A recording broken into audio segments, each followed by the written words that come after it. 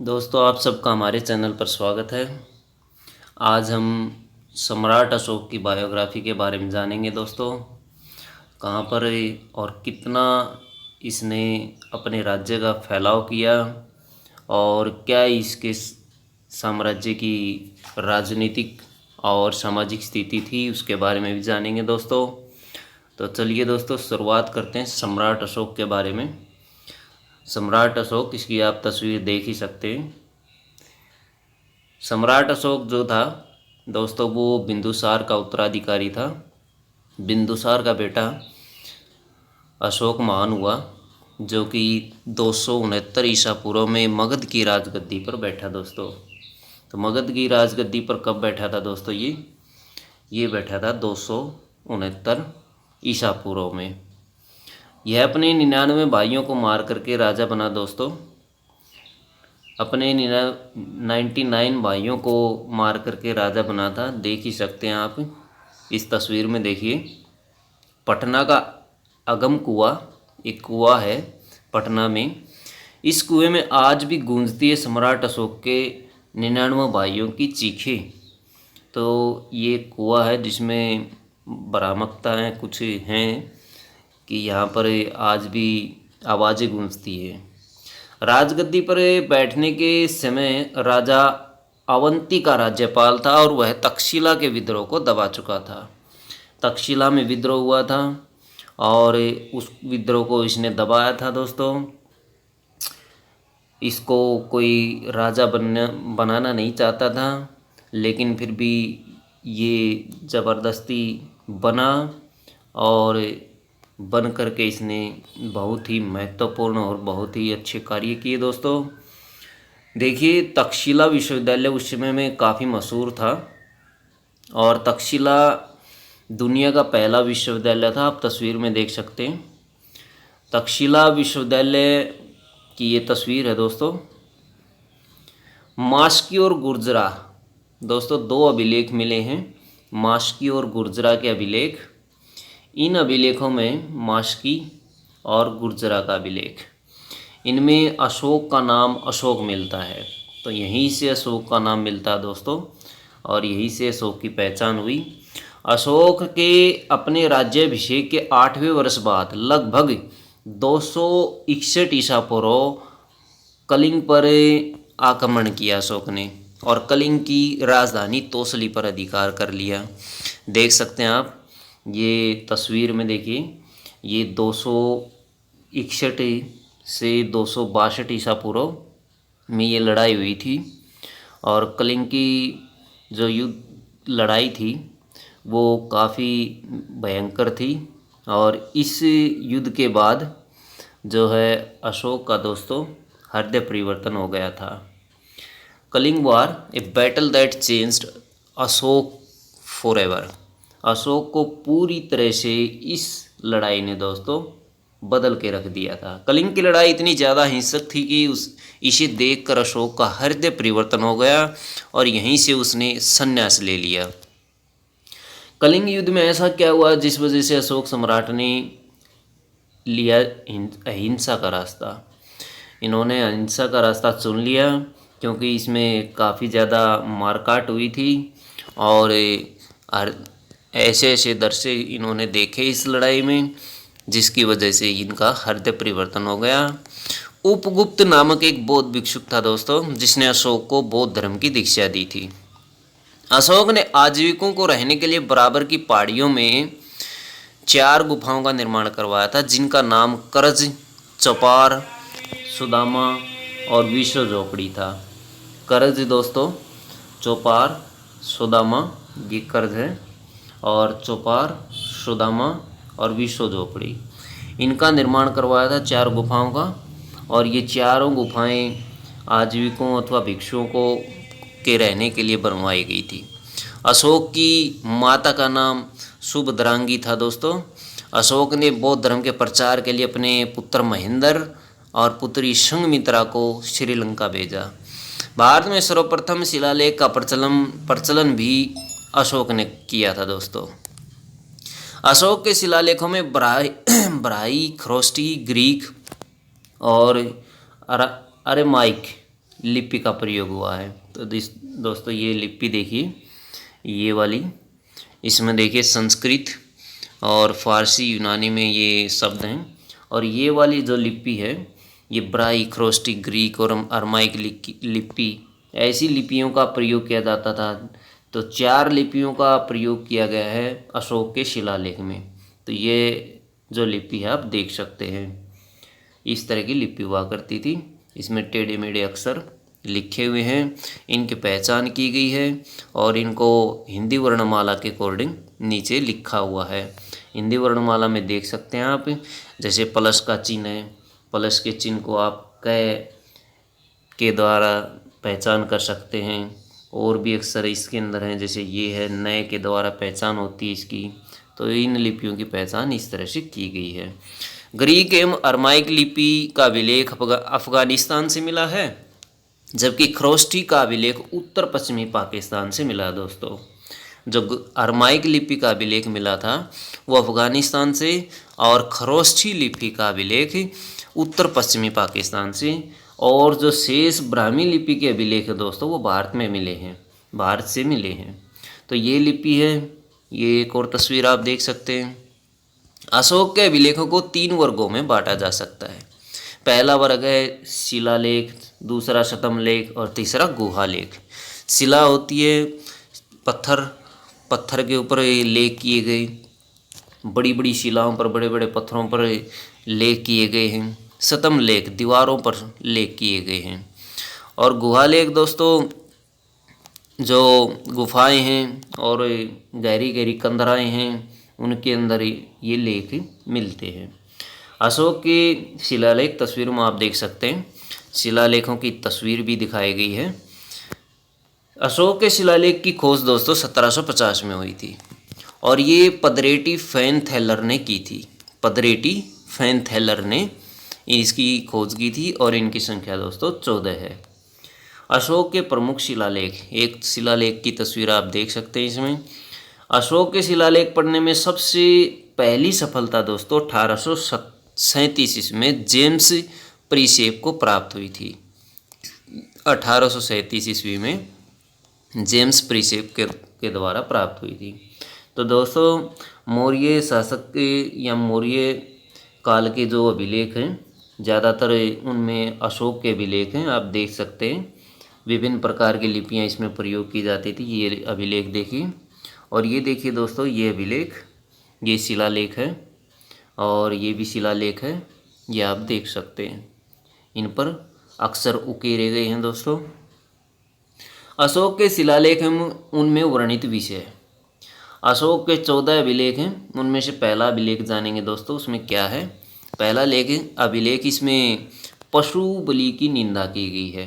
पहले अभिलेख में आप देख सकते हैं पशु बलि की निंदा की गई है। दूसरे अभिलेख में देखिए दोस्तों, इसमें अशोक ने मनुष्य एवं पशु दोनों की चिकित्सा व्यवस्था का उल्लेख किया है। उसके बाद देखिए दोस्तों तीसरे अभिलेख में इसमें राजकीय अधिकारियों को यह आदेश दिया गया है कि वे हर 5वें वर्ष के उपरांत दौरे पर जाएं, और उसमें कुछ धार्मिक नियमों का भी उल्लेख किया गया है। इसी अभिलेख में कुछ धार्मिक नियमों का उल्लेख है। चौथा अभिलेख देखिए, इसमें भेरी घोष की जगह धम्म घोष की घोषणा की गई है। इस अभिलेख से एग्जाम में प्रश्न पूछे जाते हैं दोस्तों। भेरी घोष की जगह धम्म घोष की घोषणा किस अभिलेख में की गई है, तो वो अभिलेख है दोस्तों चौथा अभिलेख। हर एक भारतीय में समाहित चरित्रों को दर्शाता अशोक चक्र आप देख सकते हैं। इस अशोक चक्र में देखिए, अशोक चक्र में भक्ति, भलाई, दयालुता, शांतिपूर्ण, साहस, धीर, स्नेह, तो ये आप इसके जो चक्कर के अकॉर्डिंग इनको दर्शाया गया है नियमों को, तो आप देख सकते हैं दोस्तों। पांचवा अभिलेख देखिए दोस्तों, इस अभिलेख में धर्म महामात्रों की नियुक्ति के विषय में जानकारी मिलती है। महामात्र क्या होते हैं दोस्तों, महामात्र मुख्यमंत्री होते थे दोस्तों। उस समय में एक बड़ी पोस्ट होती थी, राजा के नीचे कार्य करते थे ये। तो इसमें एक और अशोक चक्र है दोस्तों, इसमें भी आप देख सकते हैं उन्हीं को उसी तरह से जैसे ऊपर दिखाया गया है, शांतिशील, त्याग, क्षमा, सेवा, ये सारे अशोक के नियम थे दोस्तों। अशोक ने इन नियमों का उल्लेख किया है। तो छठे अभिलेख पर आ जाइए दोस्तों। छठा अभिलेख, इसमें आत्म नियंत्रण की शिक्षा दी गई है। सातवें और आठवें अभिलेख में अशोक की तीर्थ यात्राओं का उल्लेख किया गया, सातवां और आठवां। और नौवें अभिलेख, इसमें सच्ची भेंट और सच्चे शिष्टाचार का उल्लेख किया गया है। जबकि 10वें अभिलेख में दोस्तों अशोक ने आदेश दिया है कि राजा और उच्च अधिकारी हमेशा प्रजा के हित में सोचेंगे। और 11वें अभिलेख में दोस्तों इसमें धम्म की व्याख्या की गई है, जो धम्म है उसकी व्याख्या की है। इसमें 12वें अभिलेख में दोस्तों 17 महामात्रों की नियुक्ति एवं सभी प्रकार के विचारों के सम्मान की बात की गई है। 13वें अभिलेख में कलिंग युद्ध का उल्लेख है। पूर्णतः यहाँ पर कलिंग युग का उल्लेख मिलता है दोस्तों। और अशोक के हृदय परिवर्तन की बात भी यहीं कही गई है और यहीं वर्णन मिलता है पूरी तरह से। इसी में पड़ोसी राजाओं का भी उल्लेख मिलता है। 14वें अभिलेख में दोस्तों, 14वें अभिलेख में अशोक ने जनता को धार्मिक जीवन बिताने के लिए प्रेरित किया है। जनता को धार्मिक जीवन बिताने के लिए प्रेरित किया है। अशोक के शतम लेखों की संख्या दोस्तों 7 है। हमने पढ़े 14 अभिलेख और अब पढ़ेंगे हम शतम अभिलेख, जो केवल ब्राह्मी लिपि में है दोस्तों। ब्राह्मी लिपि में स्तंभ अभिलेखों की संख्या 7 है और 7 में से 6 अभिलेख भारत में अलग अलग स्थानों से प्राप्त हुए हैं। सबसे पहला स्तंभ लेख है दोस्तों प्रयाग स्तंभ लेख। यह पहले कौशाम्बी में स्थित था और इस स्तंभ लेख को अकबर ने इलाहाबाद के किले में स्थापित किया दोस्तों। यह आप स्तंभ लेख देख सकते हैं, अकबर ने इसको इलाहाबाद के किले में स्थापित किया था।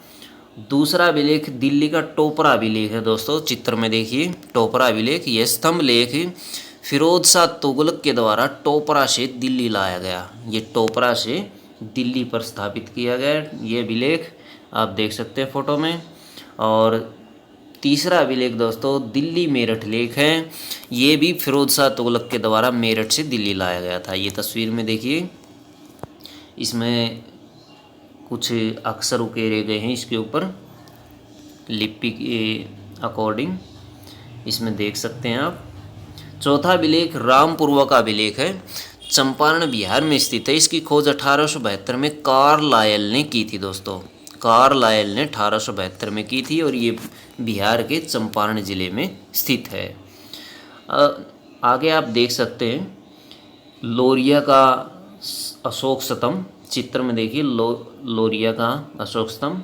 5वां लोरिया अरेराज, यह भी चंपारण बिहार में स्थित है और ये जो है चित्र में लोरिया का अशोक स्तंभ दिखाया गया है।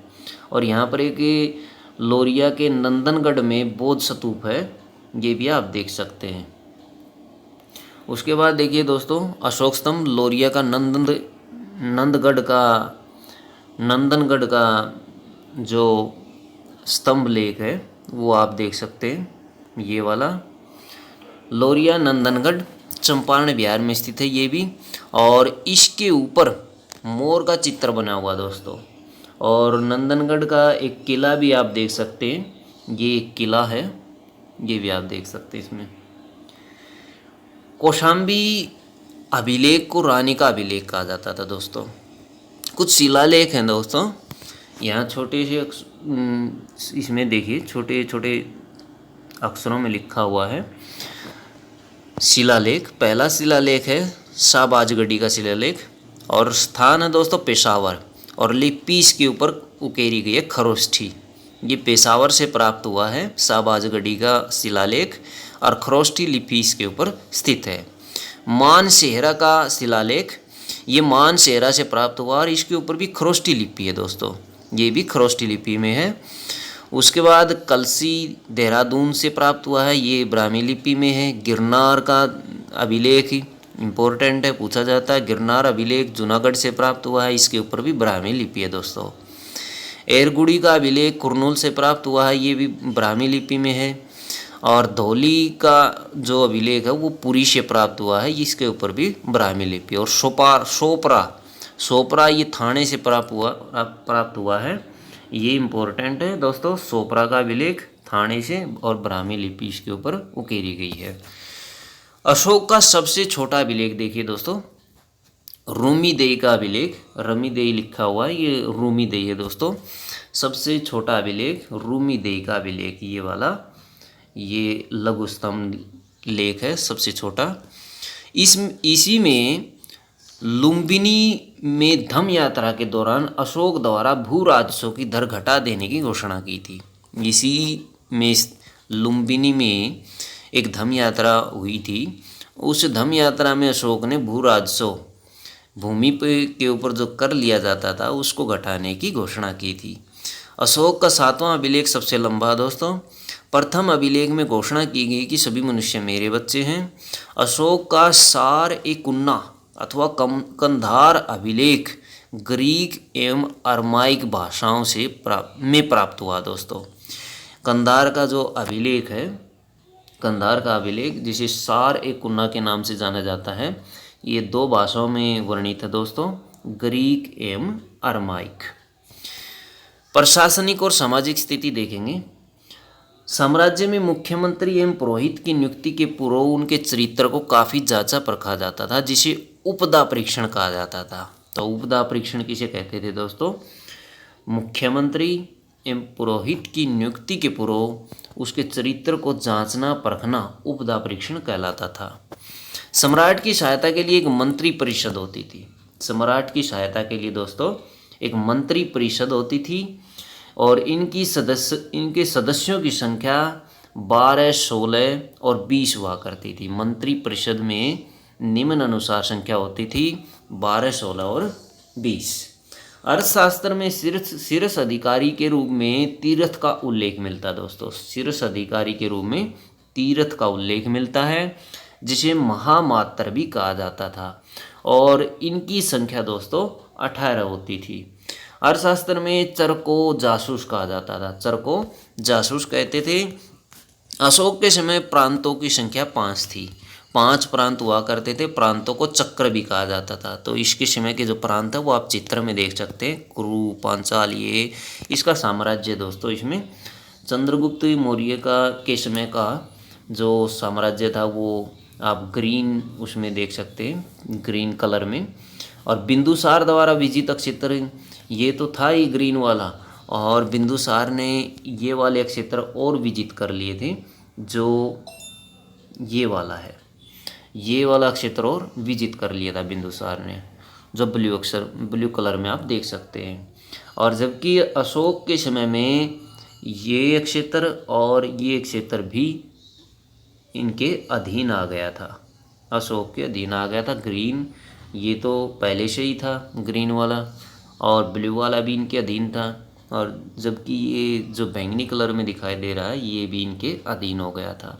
तो इसके काल में अक्षेत्र विस्तार हुआ। प्रांतों के प्रशासक को कुमार या आर्यवृत कहते थे दोस्तों। प्रांतों का जो प्रशासक होता था, प्रांतों पर जो राज्य करता था, शासन करता था, उसको कुमार या आर्यपुत्र कहते थे। प्रशासन की सबसे छोटी इकाई ग्राम होती थी, जिसका मुखिया ग्रामिक कहलाता था दोस्तों। ग्रामिक कहलाता। इसमें देखिए एडिक्ट्स ऑफ अशोका, अशोक का साम्राज्य। अशोक का साम्राज्य आप इसमें पूर्ण रूप से देख सकते हैं कितना उसका साम्राज्य रहा था। प्रशासक में सबसे छोटा गोप था। सबसे छोटा जो था वो गोप था, जो 10 ग्रामों का शासन संभालता था। गोप एक व्यक्ति को कहते थे जो 10 गांव के ऊपर शासन करता था। मेगास्थनीज के अनुसार नगर का प्रशासन 30 सदस्यों का एक मंडल करता था, जो 6 समितियों में विभाजित था, और प्रत्येक समिति में 5 सदस्य होते थे दोस्तों। 30 सदस्यों का एक मंडल होता था जो नगर का प्रशासन संभालता था, और इसमें 6 समितियां होती थी, और हर समिति में 5 सदस्य होते थे। तो इसके प्रांत देखेंगे दोस्तों। इसके काल में जो प्रांत थे 5 प्रांत थे, और 5 प्रांत में से पहला प्रांत उत्तरापथ था, और जिसकी राजधानी थी तक्षशिला। अवंती राष्ट्र इसकी राजधानी थी उज्जैनी, और तीसरा कलिंग जिसकी राजधानी तोसली थी। दक्षिणापथ दोस्तों, दक्षिणापथ की राजधानी सुवर्णा नगरी थी, सुवर्णगिरी इसकी राजधानी थी दक्षिणापथ की। और पूर्वी प्रांत की राजधानी पाटलिपुत्र हुआ करती थी। बिक्री कर के रूप में मूल्य का 10वां भाग वसूला जाता था। बिक्री कर में 10वां कर का 10वां भाग वसूला जाता था कर के रूप में दोस्तों, और इसे बचाने वाले को मृत्युदंड दिया जाता था। तो ये काफ़ी महत्वपूर्ण कर था। अगर ये नहीं देता था कोई, तो उसे मृत्युदंड दिया जाता था। तो ये देखिए दोस्तों, सामाजिक स्थिति चित्र में ऐसे घर हुआ करते थे उस समय, इसके अशोक के शासनकाल में। ये देखिए किस तरह से घर बनाए हुए हैं, गलियां बनाई हुई हैं, और बोट का प्रयोग किया गया है, और उस तरह से खेती भी करते थे उस समय में। ये खेती देखिए दोस्तों चित्र में, और पशुपालन भी किया जाता था। और ये देखिए दोस्तों, उस समय खेतों में पानी देने की तकनीक, और इस तरह से 2 व्यक्ति भी मिलकर के पानी देते थे, और गेहूं कटाई कैसे करते थे ये देखिए। तो इन चित्रों में आप पूर्ण रूप से देख सकते हैं सामाजिक स्थिति अशोक के समय में कैसी रही थी। सरकारी भूमि को दोस्तों सीता भूमि कहा जाता था। समाज 7 वर्गों में विभाजित था। पहला दार्शनिक, दूसरा किसान, तीसरा अहीर, कारीगर, सैनिक, निरीक्षक और सभासद। तो ये दोस्तों 7 वर्ग हुआ करते थे समाज में। तो दोस्तों ये थी हमारी वीडियो अशोक से संबंधित और अशोक के साम्राज्य से संबंधित। अगर वीडियो अच्छी लगे तो लाइक करें, हमारे चैनल को सब्सक्राइब करें। धन्यवाद दोस्तों।